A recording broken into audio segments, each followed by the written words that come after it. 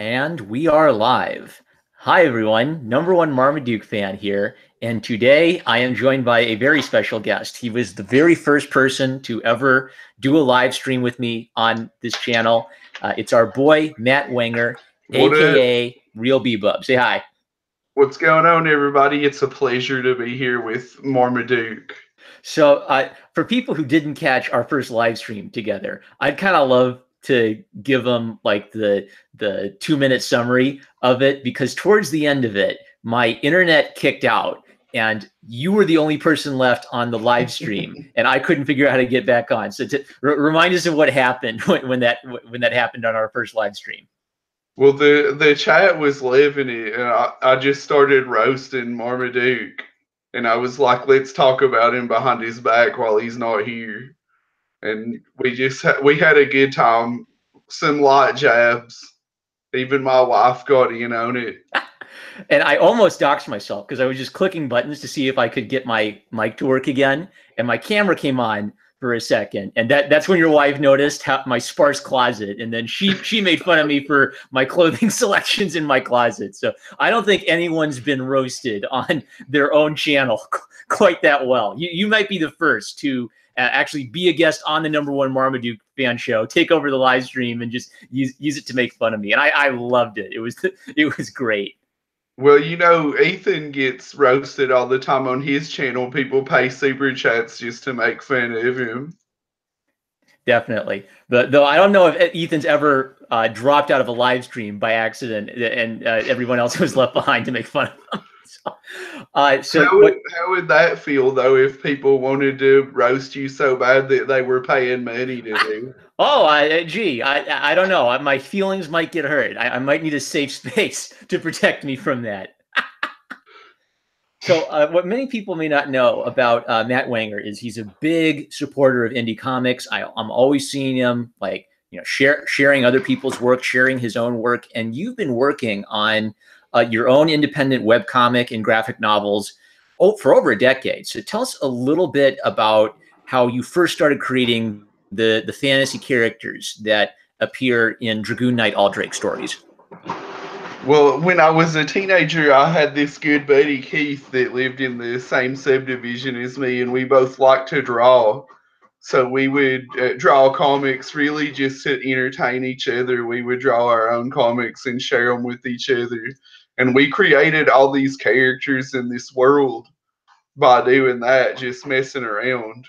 And Keith doesn't really do much drawing anymore, but I kept the characters that we created alive and still use them and have a lot of fun sharing them with the internet. Yeah.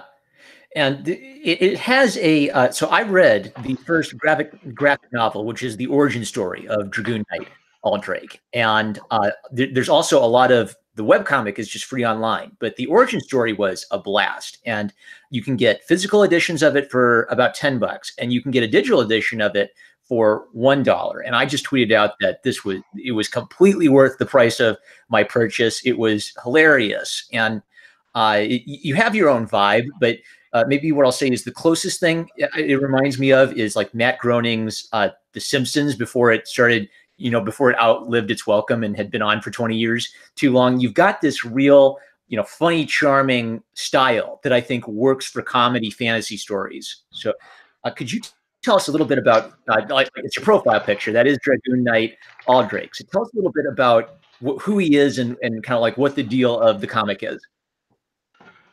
Well, Aldrake is a fantasy superhero in the vein of like a Conan the Barbarian, but it's really fun and silly the way that the story goes. He has a dragon soul attached to his soul, like a kind of like a spiritual liken, and that's where a lot of his powers come from, and it manifests itself through his armor. So in a way, he's got this living dragon bone armor that protects him, and he also has these cool darkness powers that he was born with, where he can take shadows and form them into physical constructs.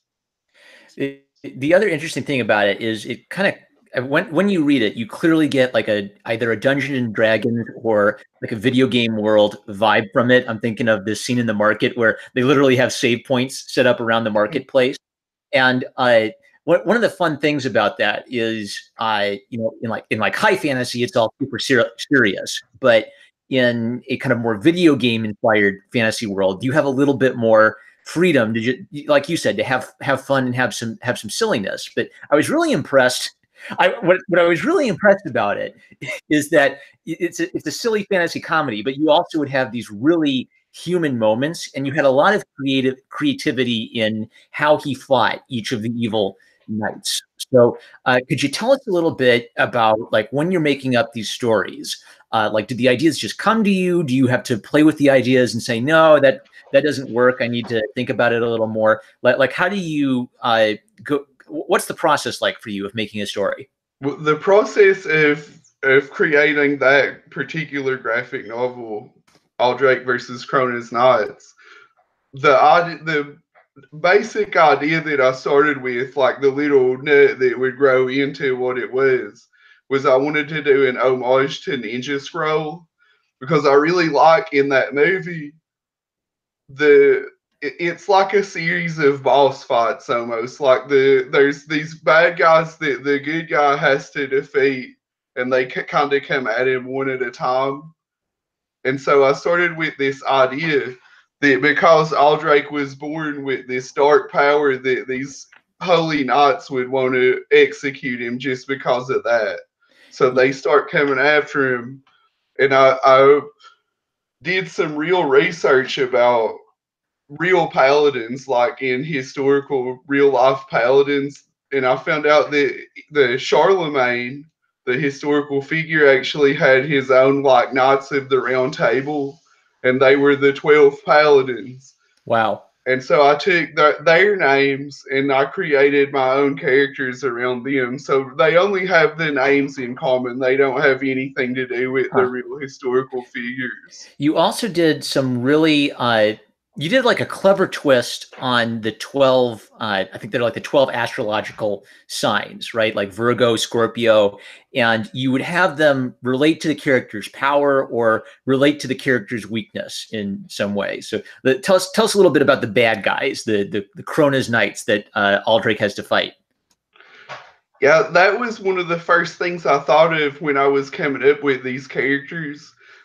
Was it a lot of what I do is very shonen manga inspired. It's kind of like halfway shonen manga and halfway like a Looney Tunes cartoon. Yeah. I notice a lot of times in a shonen, if they have to create a lot of characters, something that they do that makes it easy on themselves is to make some sort of theme. So I decided, since I had 12 characters, I would go with the Zodiac theme. And there you already have so much that you can work with just from that theme to build around for each character. Yeah. What I dig about that is you are pulling influences from multiple sources, but you're kind of picking up on some of the, I don't know, like common threads of how people create stuff. And then when you make your thing and you give it your own spin, you've kind of like paid attention to little techniques like that. And then it really does have this cool, fun Looney Tunes vibe to it. Evie of the Sea, who's a regular here, she asks, is the comic drawn digitally or traditionally?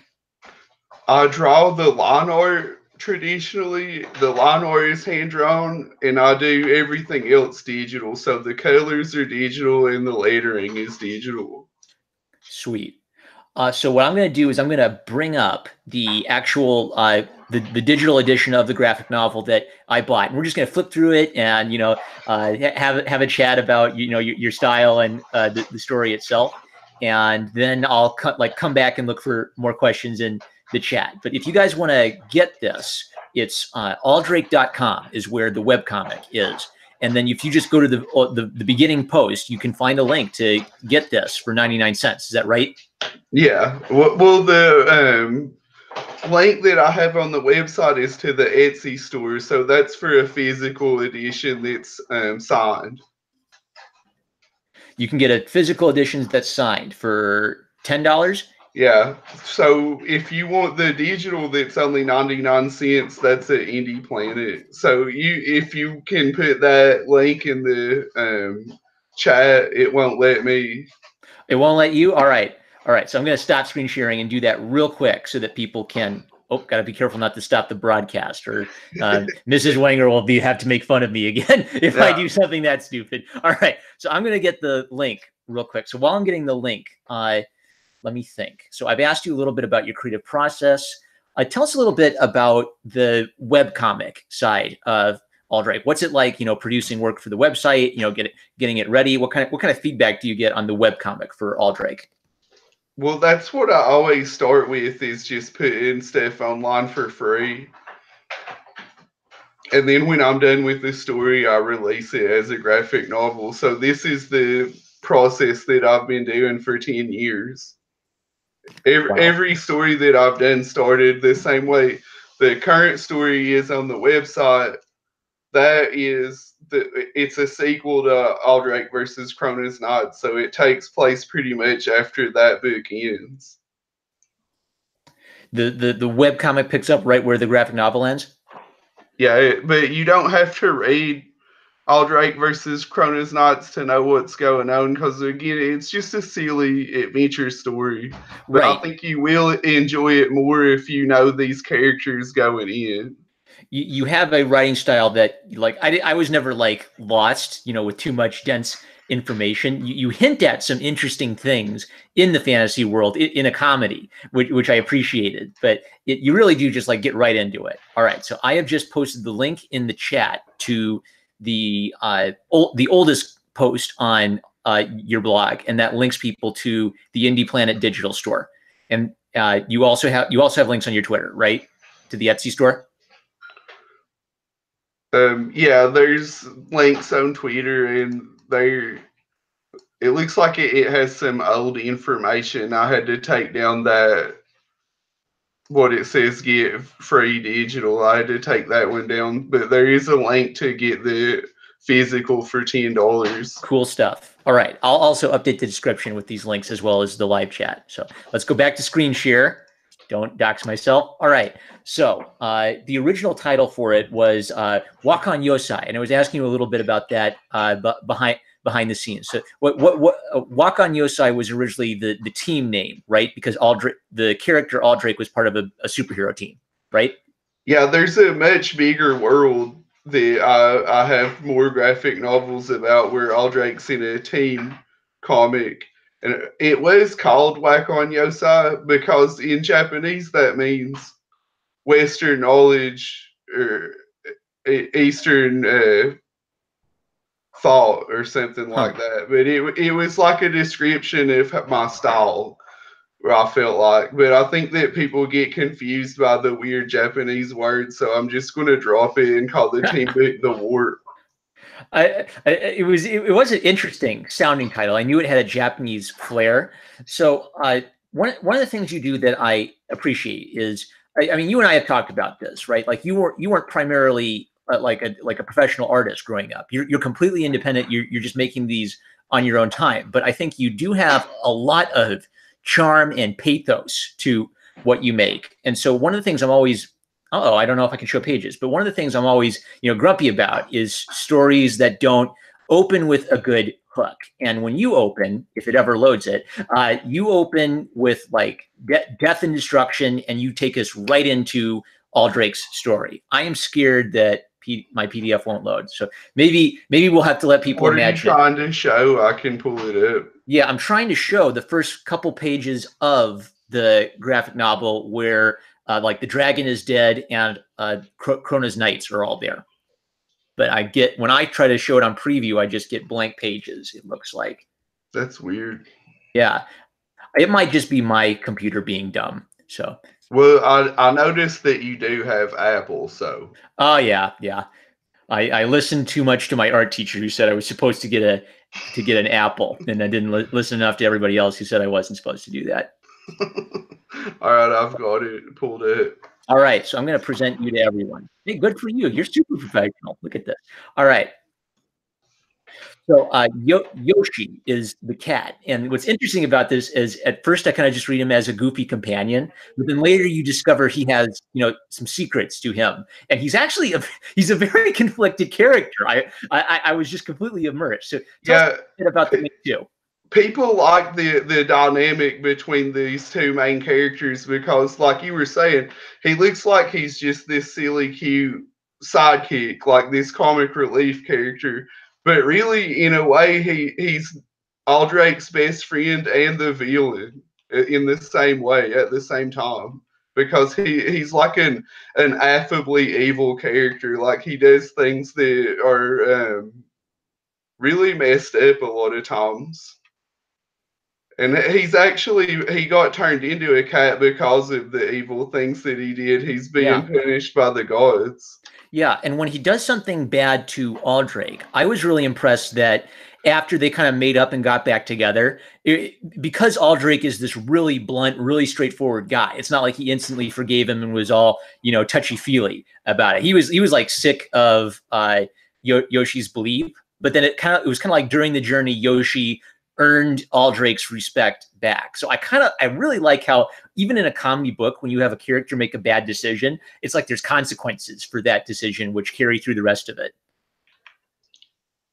Yeah, I will kind of think about whenever I'm trying to show that dynamic. It is an example of a comedy character that does bad things a lot of times is Bender on Futurama.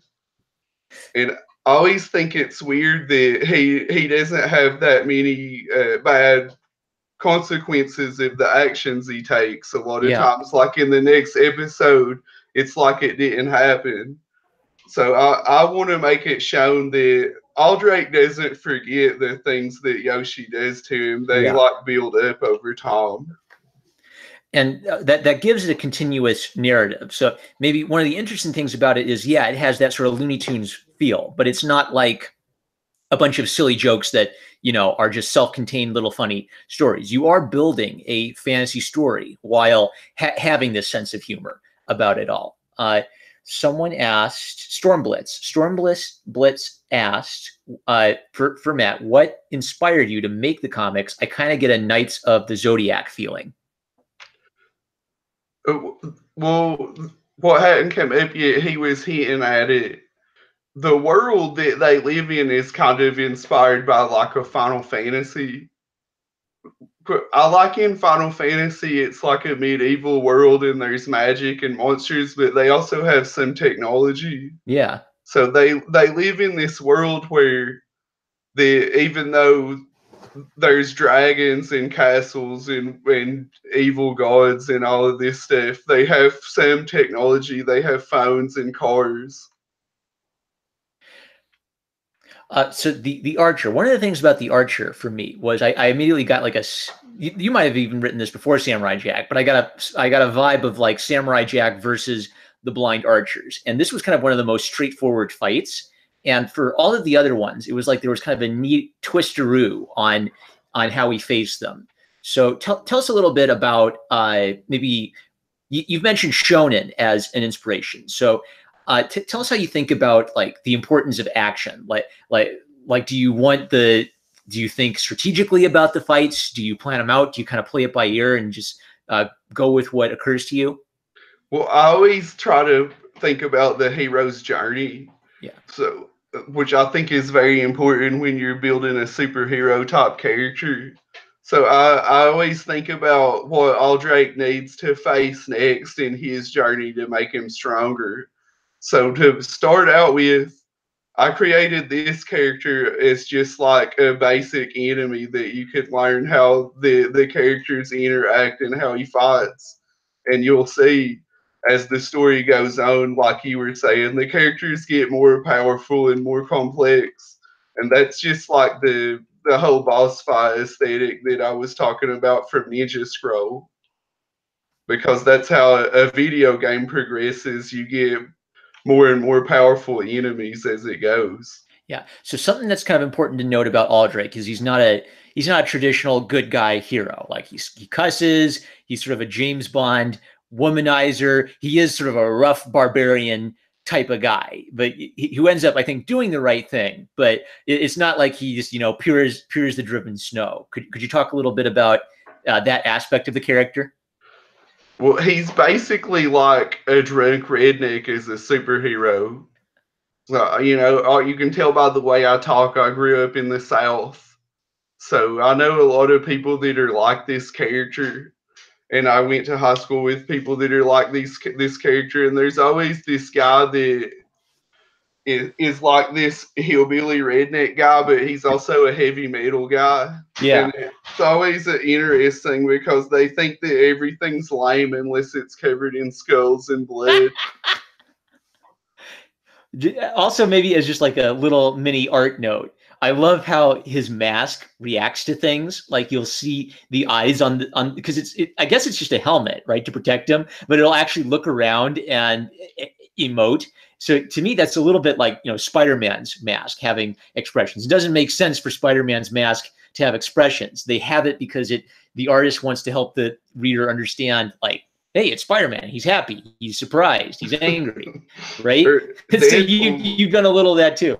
Yeah, or Deadpool's mask is really emotive a lot of times, even in the movie.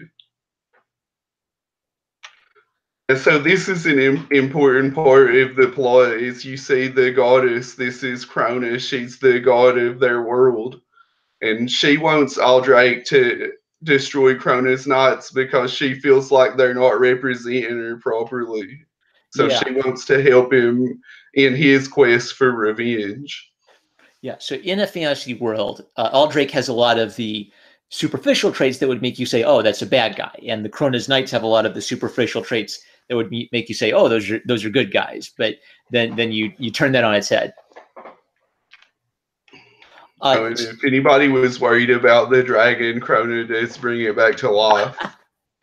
You do. You have the equivalent of Phoenix Down. Maybe as another Final Fantasy related question, Stormblitz asked if you is it like Final Fantasy X where there are natural monsters and further down the journey you'll have maybe like mechanically enhanced creatures? Do you have any like mechanical aspects to some of the world you've created?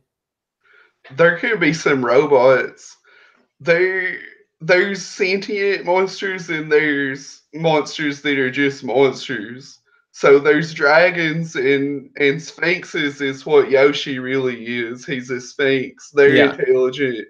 And imps are somewhat intelligent. And then there's all kinds of monsters that just want to eat people that don't have any intelligence at all. Yeah. So if I could say something about your pacing of jokes, one of the things I've talked about in humor comics, like I've been reading all these gag manga, and what I'll say about the good ones is the good ones tend to have a meta joke, right? So it's not just here's a silly thing, here's a silly thing, here's a silly thing. The story itself will be funny, and then the silly things the characters do add to what's already funny about the basic story. So I laughed out loud so much because I think you have a good ear for timing comedy. Like, a crazy fight will happen and then you'll punctuate it with like a great example of something from earlier coming back, or it's character based. What I really like about character based humor is you read the story, you understand the characters, and once you understand their back and forth, then even normal conversations become funny because you see them as types of real people. So if Aldrake is really blunt and really direct and really metal, Yoshi's a little bit more manipulative. He's a little bit more common sense. I'm thinking of the scene where they fight the Gemini, the knight representing Gemini, and Aldrake asks Yoshi if he bleeps that thing, and Yoshi just says no, which is funny when you understand the characters. Once you connect the characters, even simple things like that become all the funnier in that context. Well, you'll like it when you read the news story because there's something that calls back to the event. Oh boy. And I am right now at the printer, I am printing a floppy version of the news story. There will be 4 parts in a floppy. Nice. So there will be a 24-page comic out soon. Who are you printing through? Alterna? I wanted to do Alterna, but they didn't have the program ready. Really, it's still Uh, not up on their website. So I went to Kablam is what I usually use. So I just went back to them. They do good work. If anybody is looking for a printer, can tell you the good thing about Kablam is you can only print what you need. So I've got a convention that I'm doing in December, and I only needed a few floppies to sell there, so I only printed 30. yeah. And then they also have their web store that's Indie Planet, which is where you got your graphic novel of Aldrake versus Cronus Knight. So when you print with them, they'll even help you sell your book. So is it the Washington, D.C. Comics Convention? It'll be near where I live is where I'm going. It's not like a huge con that you would have heard of. Okay. Well, It's I'll retweet it for people who might live in the area to go check you out. yeah, it's Yamacon in Pigeon Forge is where I'm going to be. Yamacon. Okay, I've seen that advertised sometimes. Maybe It's a good show. It's not super huge like I was saying, but it's a good time. It's at this cool outdoor mall called the Island. Pigeon Forge is this big tourist town, and they have all kinds of cool stuff. There's an amusement park. Sweet. So something I want to touch on is some of the themes in your story that really spoke to me and that I thought were meaningful. So one of the things I like about Aldrake is earlier this year I reviewed that Squirrel Girl indie zine comic, and what they kind of did is they copied or made fun of ideas from like the independent comic scene, but it ended up just feeling like, well, are you making fun of independent comics? Are you trying to be an independent comic? It kind of came off as, like mainstream superhero comic, pretending to be edgy and hip, but not really. And so there was something cynical about it. yeah.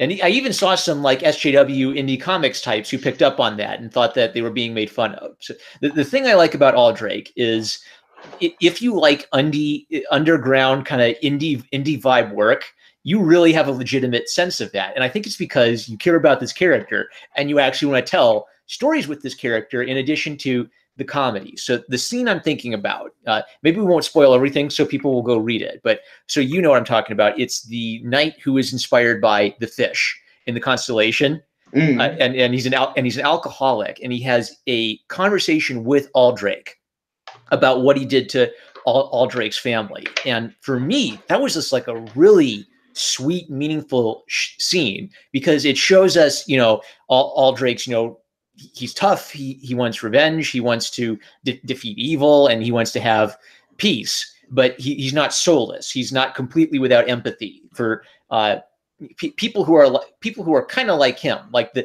Cronus Knights are evil. They do evil things, but you actually have several of them which are characterized as very human and not like automatically evil just because they work for the bad guy. Yeah, and I left that kind of open-ended. What happened to Jared?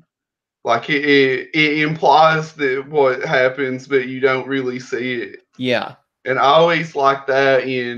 I'm a big fan of the Coen brothers, and that's a lot of stuff that I take from them. Is they leave a lot of stuff open-ended. A lot of their movies don't have a real conclusion at all. And a lot of their humor is real character based, like you were talking about earlier. But the Big Lebowski is probably my favorite movie. Period. Huh. What are some other? So you've talked about Shonen. You talked about the Coen brothers. What are some other? I call it like story soup. It's like all the stuff you mix up to tell stories with. So what are some other things you mix into your story soup? Yeah.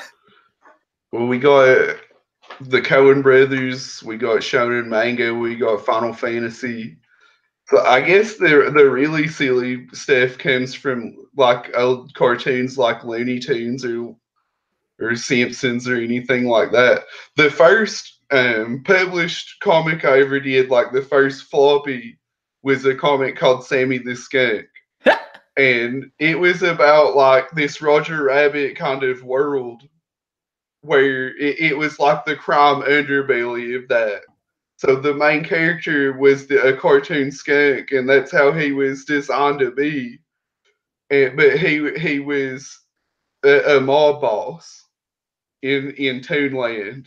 Nice. So I wanted to see like how they would have crime in a place like that where all they know is good things, because you know in 1930s cartoons everything's happy and sunshine and there's not any real bad.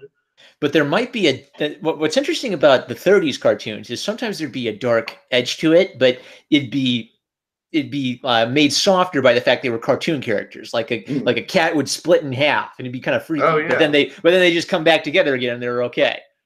Yeah, so if you whack one of your mobsters, like you drop an anvil on their head or something, they're just back the next day anyway. You don't lose a man. I got a couple questions from the chat I'd love for us to talk about. So Jonah Arts, who's a regular here, asks, will we find out if everything on in this world is because of alien experimentation on Earth? Are there any aliens in Aldrake's world? The main villains that I haven't shown a lot about that in any of the comics, not in Wacko and Yosai or Dragoon Knight Aldrake. But the main villains are aliens. They're called the interlopers. And that's why they have some technology and some medieval stuff, because they only have what the interlopers let them have. The interlopers are kind of like an intergalactic crime syndicate. So they come to underdeveloped planets and they kind of extort them, you know, like you got a nice planet here. It'd be a shame if it got Death Starred. Oops! I just knocked over the cliffs of Dover. Silly me. Yeah, it's kind of like that. Let's see. I've got a bunch of cartoons here. Can you show us the other people on the superhero team with Aldrake? Let's see. I don't know what that. Yeah, let's go back to like them. Looks like you got some dope concept art in there too. I'm looking at that one on the bottom. Yeah, I'm going to stop screen sharing while I look for what I'm looking for. Okay, go ahead. Yeah, we'll go back and to. We can just talk about something else while I'm looking. Sure thing.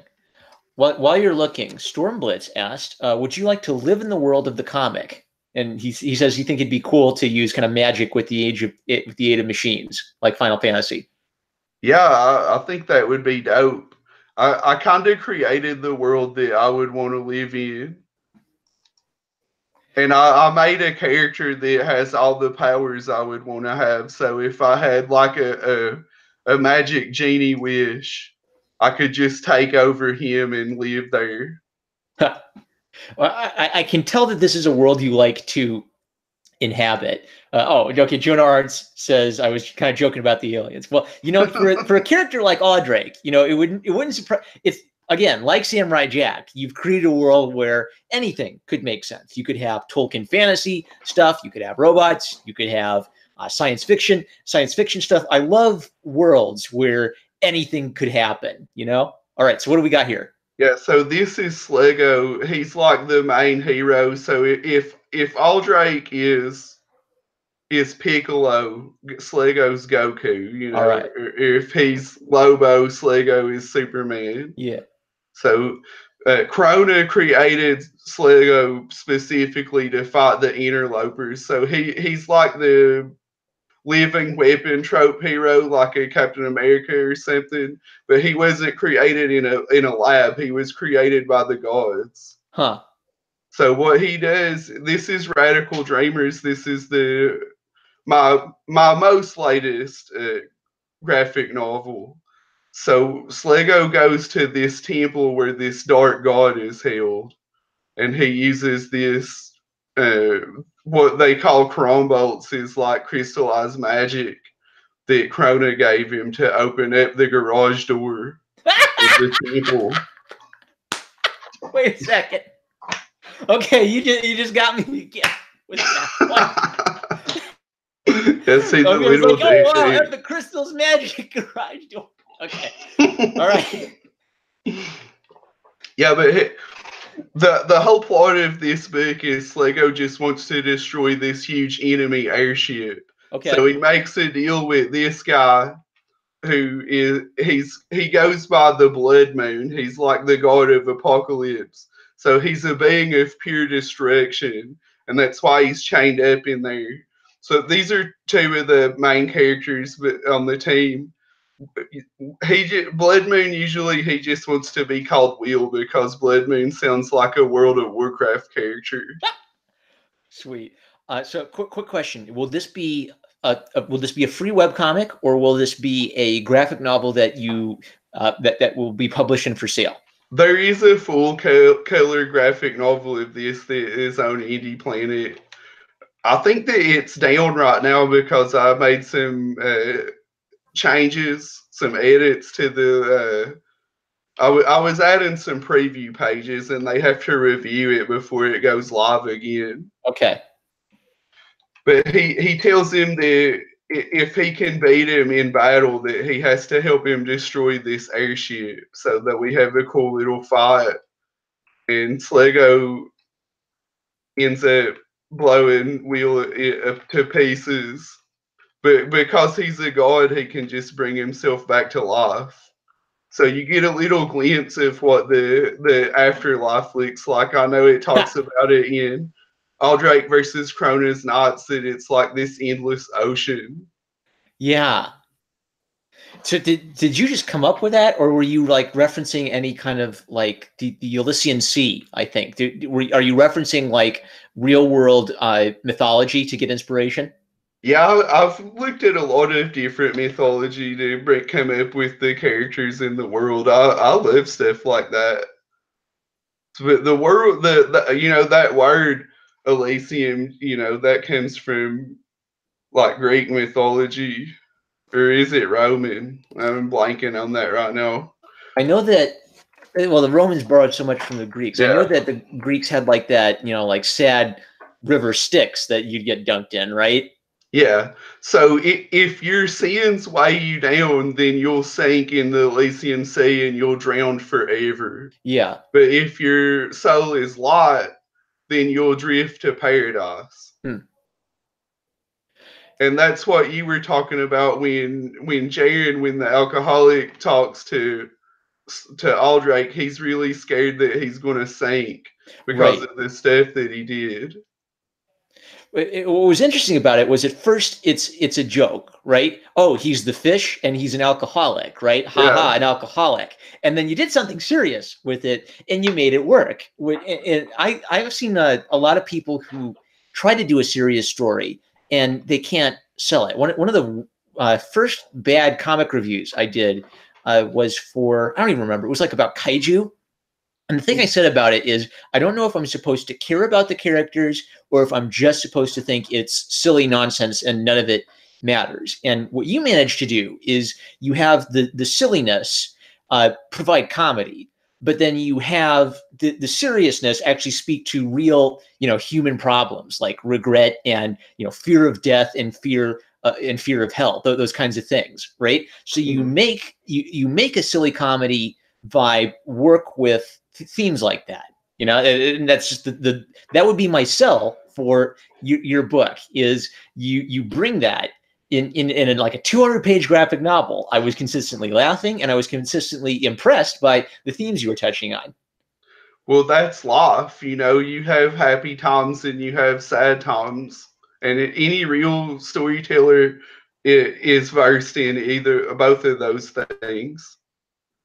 So this is Adrian. She's one of the other characters on the team. She's like a corporate princess, kind of. Her family owns this mine.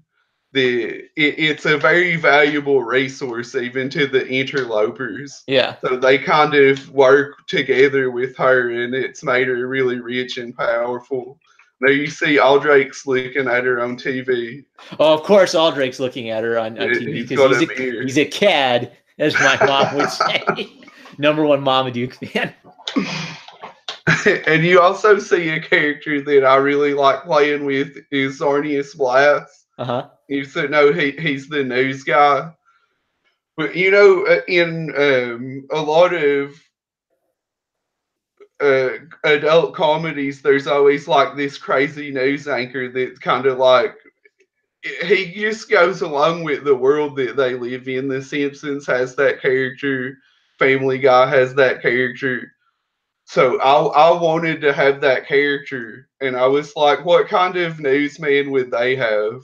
So I made this goofy guy that's kind of like Larry King, but also a wizard. You can see his little Larry King suspenders, and he says everything really verbose. Did I see a little bit of this guy in the first graphic novel? Yeah, he appears near the end of Aldrake versus Krona's Knights. When he's talking about that there's all this chaos going on in the world because nobody knows where Krona is. Where does this set in kind of like the timeline? Is this between the origin story and most of the webcomic? Is it maybe like years after most of the webcomic? Yeah, this would be a long time after the standalone Aldrake comics take place.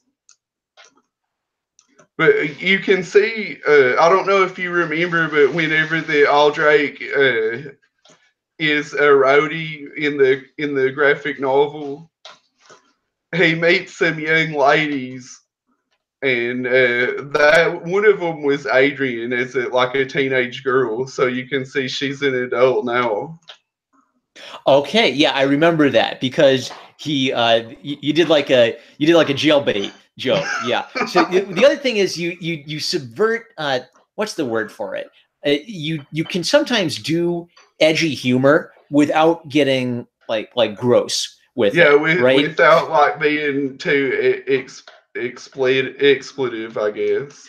Yeah. You and I were talking about this before, but The Simpsons, when we were little kids, like I was not allowed to watch the Simpsons when I was a kid. And then when I watch an episode of The Simpsons as an adult, from the era when it was good, it kind of strikes me that, gosh, I hear worse stuff than this, 12 times a day in the culture. It's become tame compared to everything else. So you're striking that balance, I think, where you do use, you use some adult language, you do some, sexual gags, but you kind of strike the balance of not shoving it in my face too much, I think. Kind of like old Simpsons would do. Yeah, I try not to, like you were saying, just make it gross. But this was the other character here is Lilith. She's another Sphinx that's a female. And Snowy is a dragon. So that we go to this weird scene where the Adrian and Lilith and Snowy are like cavemen almost, and then that's explained later what's going on. Huh. You do sometimes have mysteries, like so you won't always like say exactly here's what's going on. Sometimes you'll just introduce us, and we'll have to kind of put two and two together as it goes. I'm thinking of when who's the old guy with the cane in Krona's Knights? Oh yeah, that's the Drake. Oh yeah, you're talking about Gerard. Gerard, that's right. The river, the guy that represents Aquarius. Right. So I, from the title, it was like Aldrake grabs a beer with Gerard. So immediately I knew, okay, this is going to be different than just a fight. And it just starts with them having beers together, right? So it just like hops you right into this situation where I've kind of quickly figured out, oh, they're not going to fight each other. Well, what's going to happen, right? So you do a good job, I think, of not always telling us every little thing that's happening. You kind of expect us to put two and two together on some of the strange things that happen. Yeah, some people complain about that, but it's just the way I like to do things too. Sometimes the scene changes are so abrupt. Like you're here with Aldrake in this bar, and he's watching TV, and then all of a sudden there's this, and you don't know why. It reminds me of one of the writers or directors for the Teen Titans show. used to say trust the audience, which meant that a lot of Teen Titans episodes will start in the middle of a fight with a bad guy. And they figured, you know, we don't need to show you the bad guy getting up in the morning to rob the bank. We can jump ahead to the climactic confrontation, right, between the bad guy and the Titans. Yeah. Here's a bit that I like. So they have to go through this checkpoint to get into the city, and you can see floating up in the sky, there's the airship that Slego wants Will to help him destroy. So Slego gives him this magic piece of paper that it'll show you whatever you want to see. So that's how they're going to get through the checkpoint, is the guards are going to be looking for ID. So when they look at the paper, it's going to be a perfect ID that'll help them. But when Will looks at it, he sees something that's like insanely gross and sick, and you never know what he's really looking at. So he's like, you're trying to trick me. I can't show this to those guys up there. And then all that Slego sees is a cute little dog. Because he's the innocent one. It implies a darker joke, but then we're really seeing it through the perspective of the innocent character. He's really scared to show that to the guys with the guns. So when does Aldrake come into this story? Because he's part of Slego's team, right? Yeah. I can try to skip ahead a little bit. Okay. Jonah asks... Here he is. Oh, good. Jonah asks, are the pages of the comic done as a single draft, or do you do them, let's see, or do you do like multiple drafts for each page? Is he asking if the original art was on one like big board? That's a good question. Yeah. Well, I mean, do you do everything like all together on one big board, or do you kind of paste things together as you go? This book here, I was drawing it on 11 by 17 Bristol board, so every page is one piece of art. But the one I'm doing now, I've been trying something different. I'm using 9 by 11 Bristol board, and I draw each panel separately, and then I piece it together. Huh. Do you have trouble? Do you have any? So I noticed you sometimes use irregular panels. So how do you plan for irregular compositions? Like if there's a big panel and a little panel, that kind of thing. Well, it actually makes it a lot easier to do my page layouts, because I know the panels that I need to draw. I'll draw them, and then I can easily put them together on the page however that I want. I don't have to even think about that until I have all the art to look at.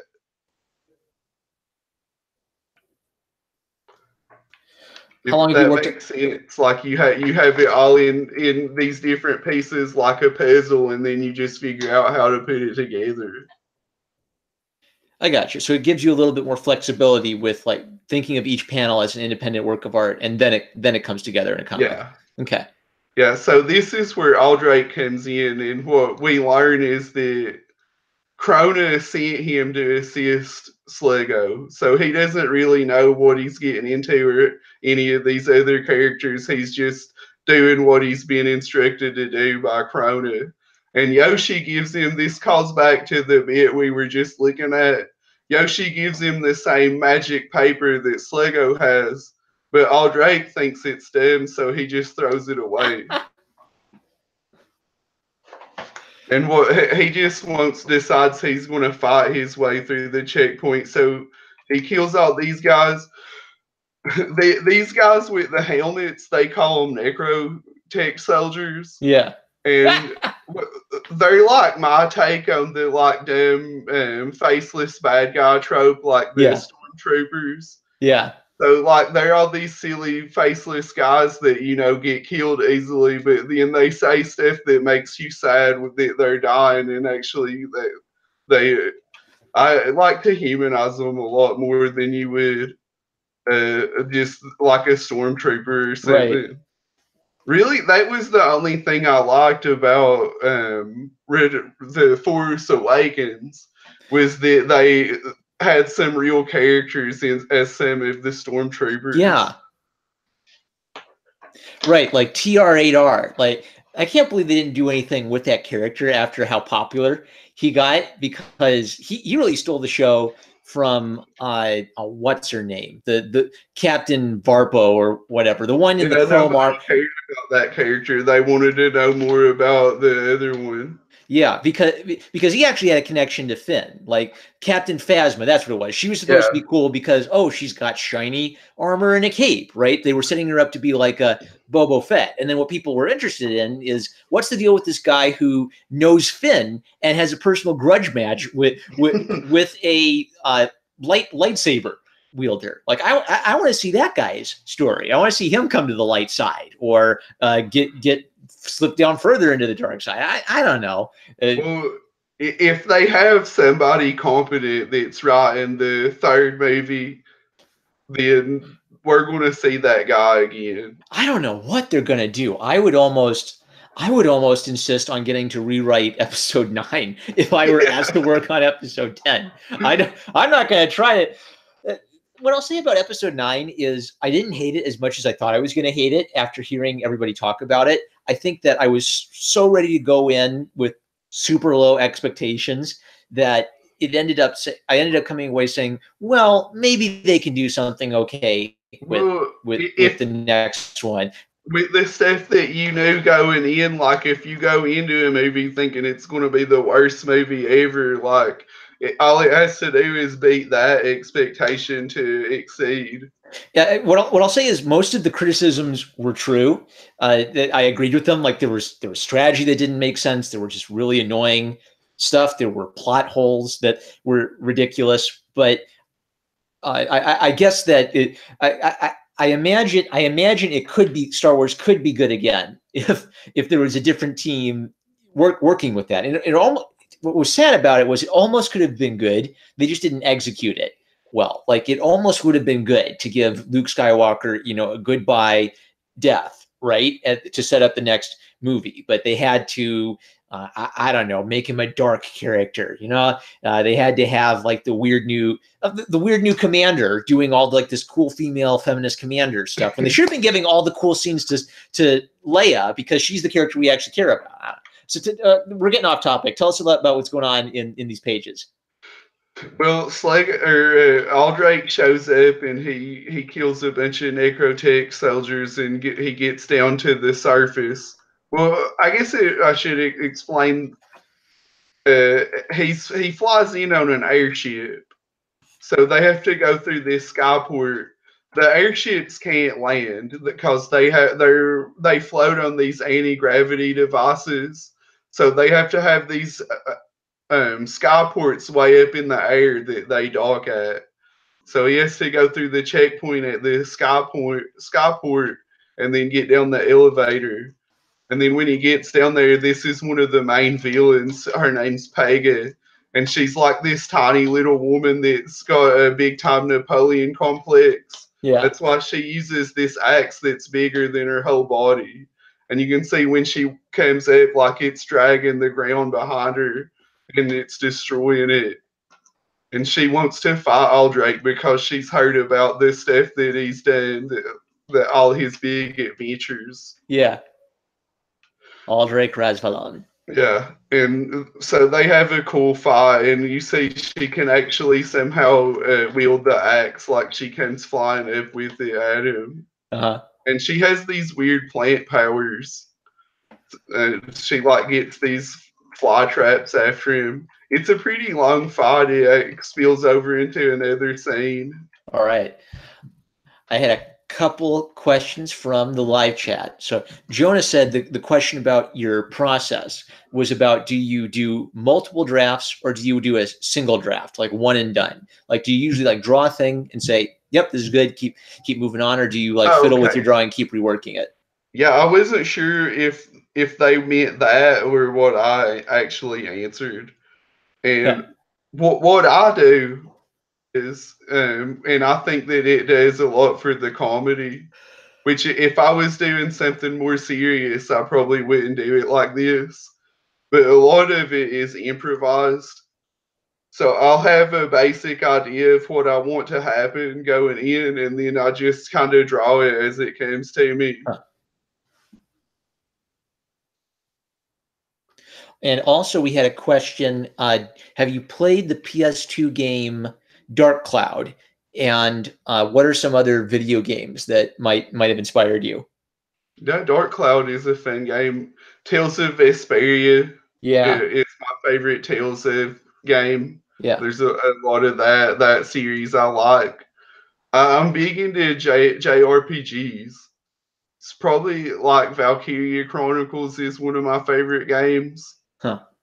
So I really like the war aspect of that, and so a lot of times it seems like the odds are just so much against the heroes. Yeah, Always that drags you in. yeah. Um, Eternal Sonata is a more obscure one. I don't know if anybody even knows what that is, but that was an Xbox game. Huh. I think one of my college roommates played that. What? Okay, wait. Did it involve characters in the music in the characters attacks? Yeah, it was, the story of it was really strange. It was Huh. the whole game was this weird fever dream that Frederick Chopin was having as he was dying. Huh. So you played as him in his fantasy world. Huh. Wow. I love Japan. Yeah, they come up with some weird stuff. Have you ever played Valkyria Chronicles? I've played haven't played that one, no. It's World War II with anime titty. That's Oh, what good it grief. is. All right. I love And World War II. that's probably the most Japan thing that there's ever been. Wow. Yeah, I was playing the newest game and teasing my wife about it because they just added this DLC where you can get these really skimpy bikinis on your soldiers. Yeah. I was showing her one of my soldiers running around with her like boobs flopping around in this bikini and fighting the bad guys. And he was like, "How are you going to fight a war dress like that?" She was like really annoyed.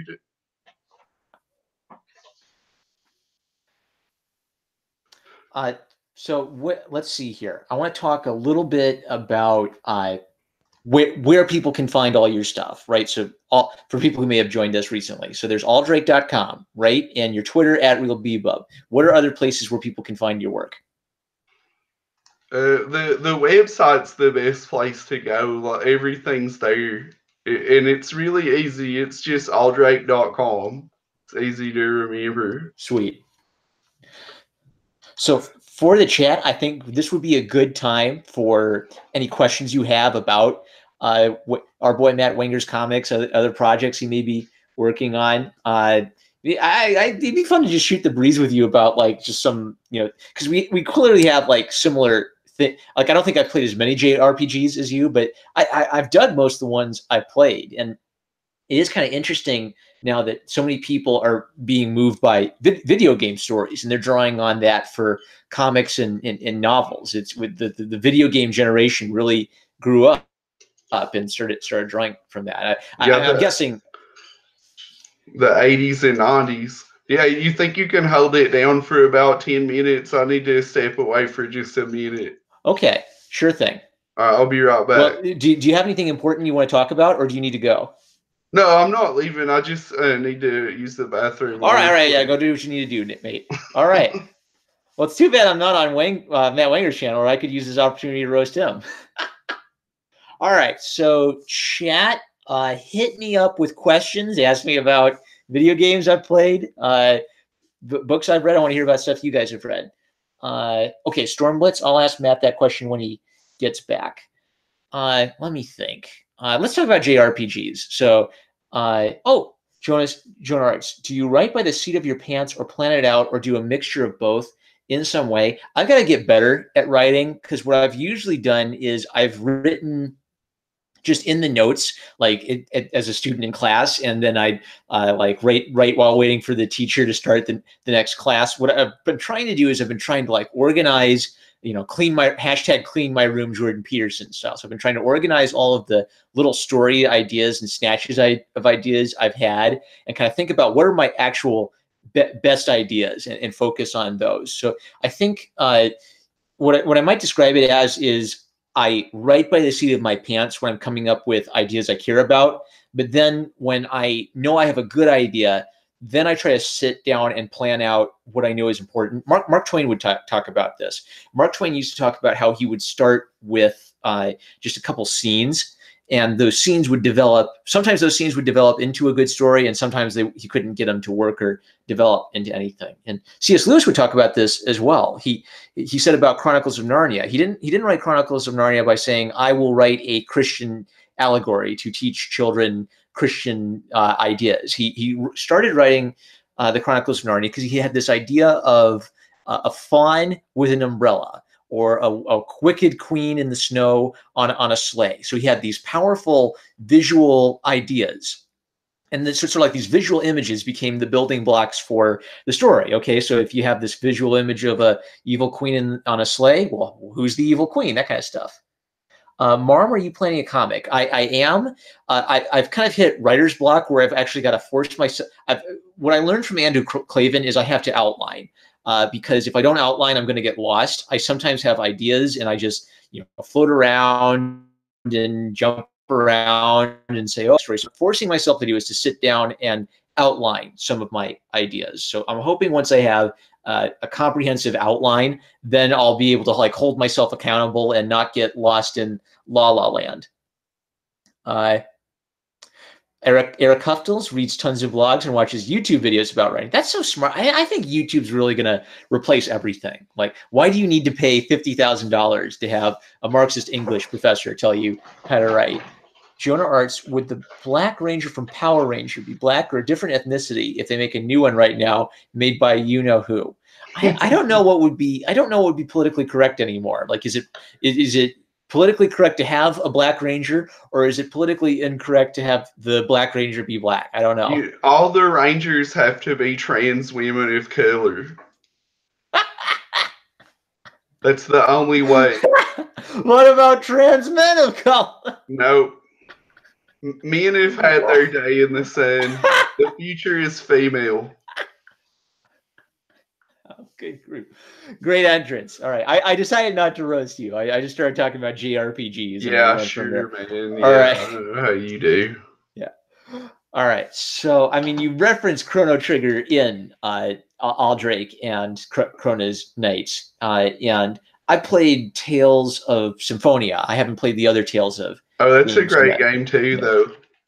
Well, I'm actually disappointed in myself that I didn't mention Chrono Trigger before you did, because that game is like my philosophy on life. Yeah, it is. It is deep. I like it more than I like. Like I have intense respect for Akira Toriyama. I've just never been a Dragon Ball Z guy. I like the old Dragon Ball. I like almost everything else Akira Toriyama's worked on. I've just never been able to make myself sit down and get through Dragon Ball Z. So for me, Chrono Trigger is a way to like enjoy what I consider, Toriyama's a genius, but it's in a story where someone else is responsible for the themes of the story, and so it's a much better story, I think, with a lot cooler themes, but with Akira Toriyama's personality to it. Oh yeah, he pretty much created shonen manga as we know it. I mean, yeah. he's the guy.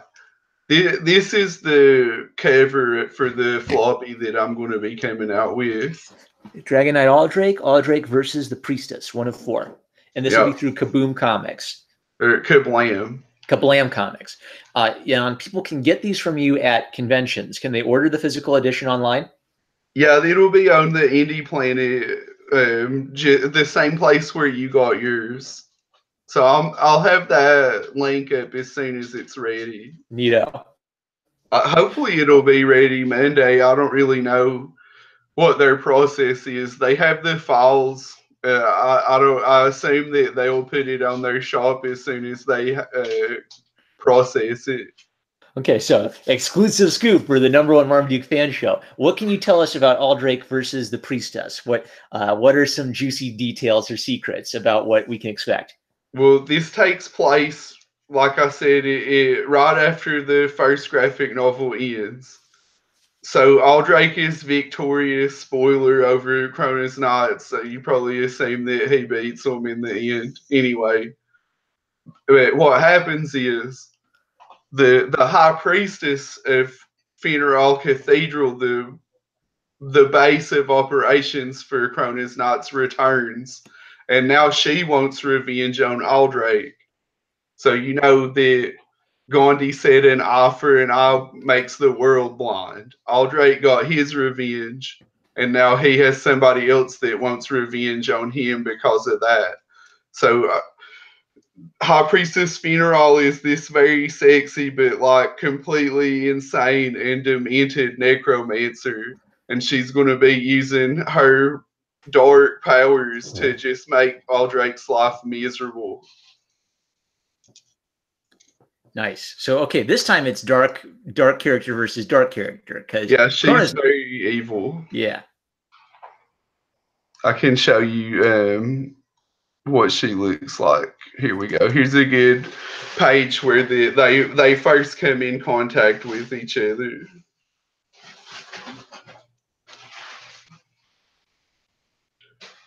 But she doesn't just want to kill him. She wants to like just make his life a living hell. Oh, by the way, Eric mentioned something important. So if we go to aldrake.com without the www, we can't get your website. So we have to go to www.aldrake.com.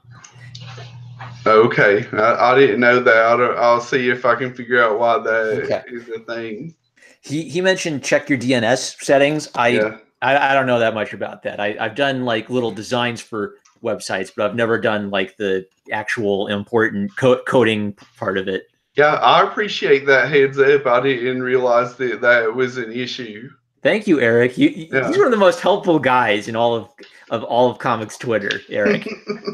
All right, so the dead head there is actually a god, and he's a recurring character in this, right? Yeah, so the gods, they can come at will between the living world and the Elysium Sea. So once you kill them, they just go to the Elysium Sea like anybody when they die, but they can come back whenever they want. Yeah. Yeah, Zerlock appears very early in Aldrake versus Cronus Knights. And he's also in Radical Dreamers, the other comic I was showing. He's kind of a quirky, like, scientist character. Yeah. And what's interesting about him is I got to draw him and Aldrake, and he's really buff. But, Aldrake is clearly, like, the buffest guy in any room he walks into, right? Well, yeah, I remembered when you did that. That was a good time. I love drawing other people's characters, especially if I kind of have to just guess what their vibe is, because then that's sort of like I visually process them, and it's occurred to me that wait, this is about a guy with a dragon skull for a helmet. That's awesome. I want to go check this out. When you were showing some of your images, I couldn't help but notice it looked like you had some other artists in there. Have you had some other people besides me do fan art for your characters? Yeah, I've got some great fan art, and there's going to be a fan art gallery in the book. I don't know where your fan art is. I'll send it to you. I know I upload all my fan art, so I've got already had it. I already have it off to the printer, so it's too late to add you in too issue bad. 1. But I will get you in issue 2. Cool beans. But I've got this is what Vic King did. It's pretty cool. Actually, let me see. There's a better version of that I have. He sent me for the book. Yeah. All angular. Wow.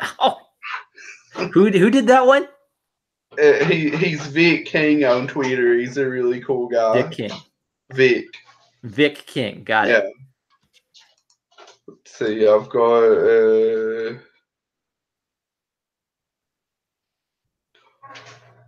here's a piece I did where Regina and Radnium are being pursued by High Priestess Funeral.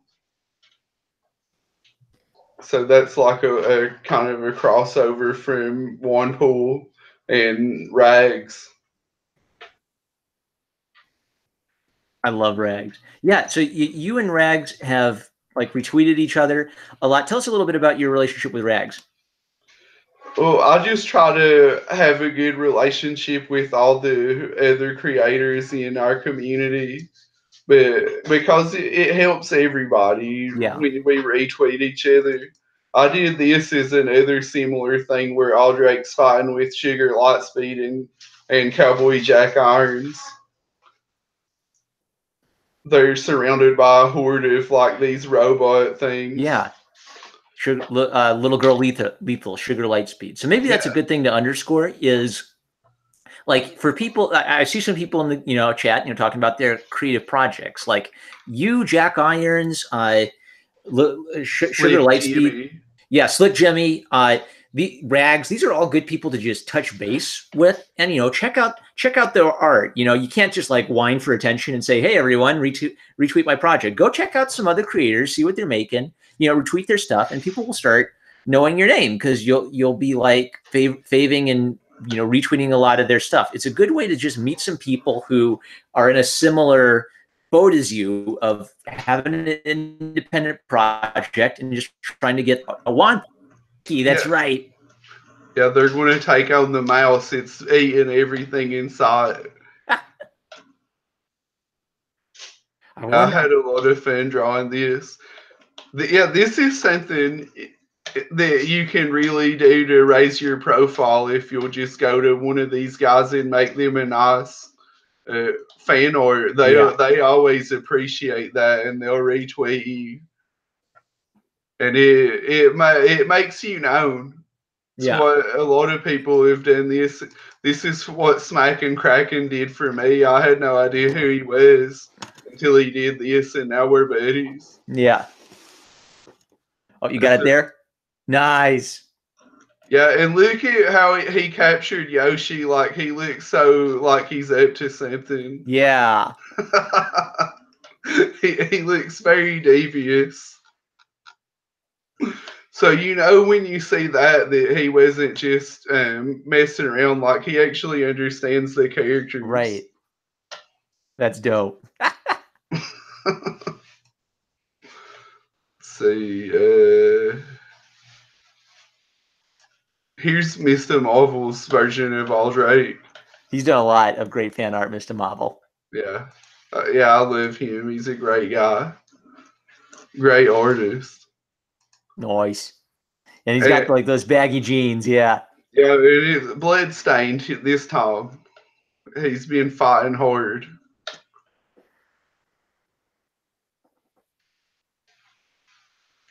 I have something else here. Oh, here we go. Tyler Take did this one. He does this comic. I think it's called Hunters. Do you know who he is? Hunters. Okay. No, you're gonna have to refresh my memory. He's got a really neat style. Like it's his own kind of thing here. Yeah. I love some of his character designs are really cool. I couldn't help but notice what I thought looked like Kavanaugh with a Pepe face. Did I see that? Probably. I've got Sam Hyde in here. This is mostly this folder here is for shit posting and sharing art.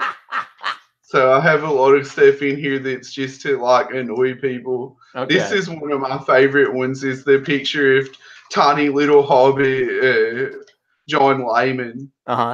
Because we've had a lot of spats on Twitter, so I like to show people that he's actually a tiny little hobbit. Oh gosh! I'm blocked now. I can't troll him anymore. Oh gosh! The mighty layman. He's scared of his own photo. He calls himself that.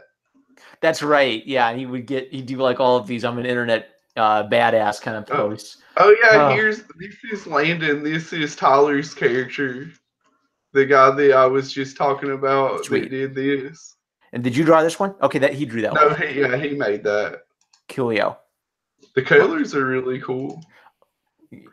What does he have a Twitter handle? Yeah, it's Tyler Tycade. I think it's one thing at Tyler Tycade. I'm pretty sure. Okay, I will try to get that on my radar. You'll probably find it if you just say, "Yeah, this is what you were talking about." Kavanaugh. Did you make that one? No, I found that on Arthur Donald. All right. Let's see. Maybe I put the. Oh, here's the Aldrake that Keith drew. My buddy, wow. the original like co-creator. Wow, way back in the day. And that's pretty old, but that isn't all the way back from when we were teenagers. Huh. So I know he's not involved in the creation anymore, but does he still like follow the Aldrake stories you write? Do you send them to him? I send him stuff every now and then, and he likes it. Yeah, I thought maybe I would have some more Aldrake stuff in this folder, but back in the day when I was doing the team book, a lot of people always just wanted to draw Slego or Lilith. Uh-huh. But I've got a bunch of cool ones of those. This is probably my favorite Slego that my buddy made. Wow, that's the one I saw earlier. That's dope. Who did that? My friend Ariel.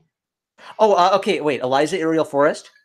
No, you don't know him. Okay. He's an in real life friend. All right. Well, tell Ariel that he should get on Twitter. Join the comics Twitter bleep posters. Get his art retweeted. Yeah, I don't think that he would want to be part of comics Twitter. Maybe. He's suffering from Trump derangement syndrome. Oh no, he wouldn't enjoy our shit posting. Well, I don't shit post about Trump that often. It's only when he does. The thing about Trump is there's the meme aspect of Trump, and then there's actually like the legit, political aspect of Trump. Like if people just had a better sense of humor about Trump would be one of the funniest presidents who has ever existed. Like even the World Series. Right, you can't shut up about the World Series. So we're watching the World Series, and suddenly they're all talking about Trump making fun of the loser Dodgers.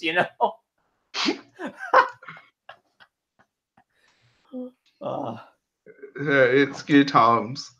Here's a cool Aldrake I made in the style of EVS. Yeah, I had that as my profile picture for a long time. Yeah, I like to sometimes sit down and just study an artist that I like style and try to emulate it as like a practice ritual. That's probably how I learned most of what I do is by doing that with the 90s guys. When I was a kid, I would look at Todd McFarlane and all of them. Wild. So this is, I want to make it clear that this isn't traced. I was just using a reference from his art. Oh, Stormblitz has a nice question. Is there a place to post fan art in case people want to make fan art for the comic? Oh yeah, you can just tweet it at me. Just make sure that I actually see it, because I do want all the fan art, but sometimes you get caught up in Twitter and miss stuff. I missed a really good fan art, and it made me sad when I realized that I didn't see it, but I finally got it months later.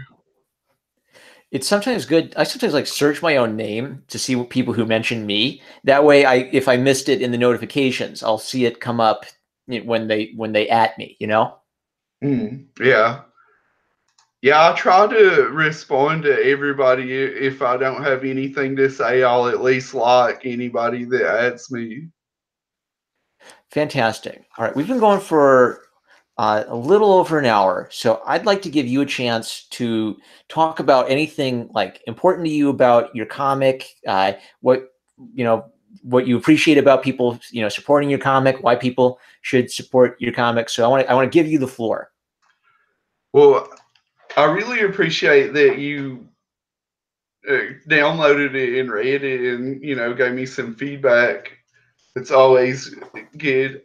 I just make the comics to make people laugh, So if I know somebody got a laugh out of it, then I got what I wanted.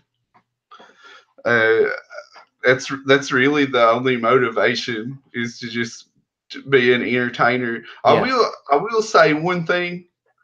I think that entertainers need to be more humble. I feel like they've reached this status in our society where they've got this inflated self-worth.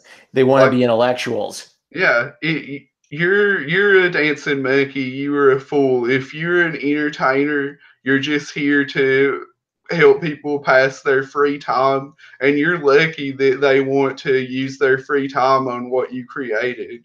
You don't deserve this inflated self-worth that almost every entertainer has. Like, it really bugs me that they get like that in our society, when really their role is unnecessary. Society will go on just fine without you. Yeah, it's the only way that can exist. The only like jesters would only serve kings. Like, not every little peasant had their jesters. The only time someone has entertainment is when they're rich. We're a rich country, so we have more space for fun and entertainment. That is great. You just had like a diversity in comic style profile right there. I really dig it. I don't know, I was thinking about that earlier, and I wanted to work that in somehow. Yeah. Well, I'll just add. Thank you. I really want, whenever I have a guest, to like try to like really appreciate their work, really understand what they're going for, and I'll just add that I was genuinely entertained. And I was laughing consistently. You pace your jokes well, and you set them up, and there's levels of laughing. Like, there's laughing where I'm kind of like I call it like laughing in my head. I play the laugh track in my head. Sensible chuckle. Right. Which is when most people write LOL, they mean I laughed in my head, but then I laugh out loud when something hits me, like right at the right time. And I think that's the mark of like a really good comic writer, because most of the time you don't want to laugh out loud in public while reading something, because you don't want to look weird. So to get that kind of laughter, you have to consistently be giving little gags and then hit them with a big gag right at the end. So you have that, and you have this kind of weird, funky, fun fantasy vibe going for it too. So it comes together for a really fun reading experience. And you can hop on. Most of it's free. You can just hop right in and start reading it for free on the website. And for 99 cents, we can support you and see the origin story of Aldrake, which I highly recommend. Yeah, I need to get that link where you can get the digital version, because I didn't realize it was outdated on the thing that you have. I'll be sure and fix that right away. All right. The problem was that they had to type www for it to work, but it did work when they typed www, I think. So we'll double check that. We'll get the links all updated, and when the new series you're working on is like done, or you're nearly done with it, let's have you on again, and you can tell us about like the latest update in Dragoon Knight Aldrake's adventures. Yeah, when I finish this story, it'll be a 4-issue floppy miniseries. And then I might crowdfund a graphic novel version after the floppies are out. It's probably what I'm going to do.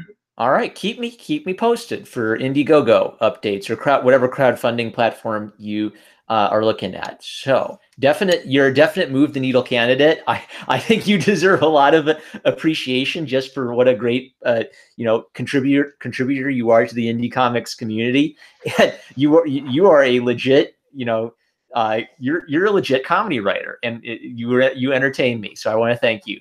Well, I appreciate that, and I appreciate that you told me you were actually laughing out loud, because that is a very hard thing to get somebody to do from a written word. So doing that makes you feel good. Stormblitz asked if there were any video game or anime characters which inspired your comic, and we actually talked about that right at the very beginning. So usually after the live stream ends, it like processes for like a few minutes and then it goes up. And so yeah, that was one of the very first things we talked about was your inspirations for your characters. But Yeah, I can go over this. Is sure. something that I'm really into is archetypes.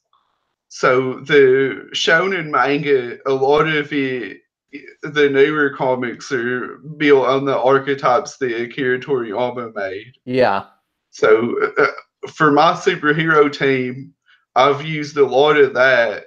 So Slego is Goku, and Wheel is Vegeta, and Aldrake is Piccolo. yeah. I can say that it built on those archetypes. Oh, any Aldrake themed plans for Halloween? He asked. Well, I guess actually Stormblitz asked 3 more days for Halloween. Any plans for Halloween? To both of us. So, do you have any plans for Halloween? Maybe involving Aldrake? Well, I guess I should write or make some kind of fun art since Yeah. he is like this dark hero. That would be a good thing. And I'll be at Waffle House with my wife because we met the day before Halloween at Waffle House. So that's our Oh, ritual. Kawaii Desu.